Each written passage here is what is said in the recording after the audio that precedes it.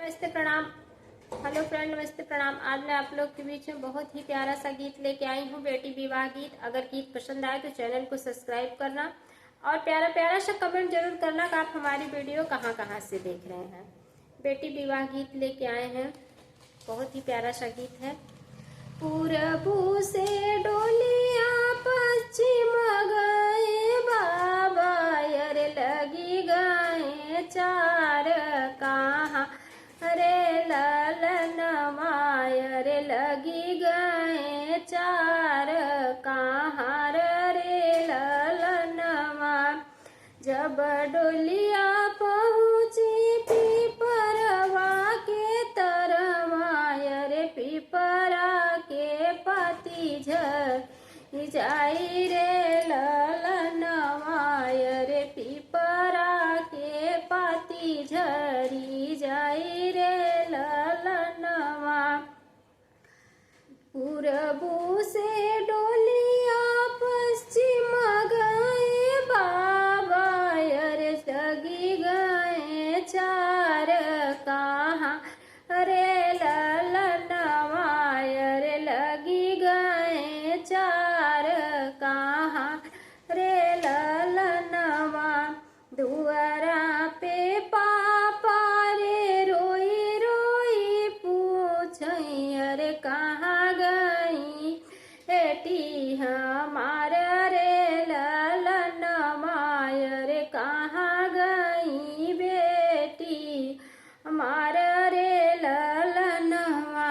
घर में से मम्मी रोवत की आवै, अरे पापा लागी समझावै रे ललनवा, रे पापा के लागी समझावै रे ललनवा। तोहरी त बेटी स्वामी चली गई ससुरवा, रे चली गई लक्ष्मी हमार रे ललनवा, रे चली गई लक्ष्मी हमार रे ललनवा।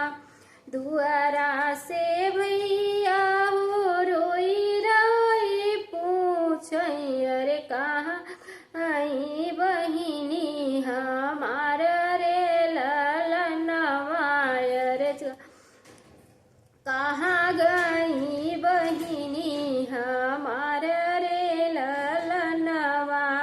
घर में से भाभी हो हंसत की आवै, चला गई भैया के समझावै रे ललनवा, रे लागिनी भैया के समझावै रे ललनवा।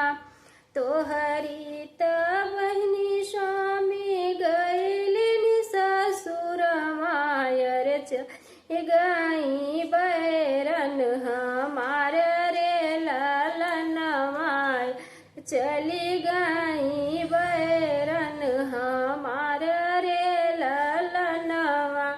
के कर रोटिया बचल रहे स्वामी, अरे रीत खई कुकुरी बिलाल रे ललनवा, रे के कर रोटिया बचल रहे स्वामी, अरे खई त कुकुरी बिलारी रे ललनवा। इनके कपड़वा का पोछवा बनऊ रे लिपई अंगना दुआर रे ललनवा, रे लिपब अंगना दुआर रे ललनवा।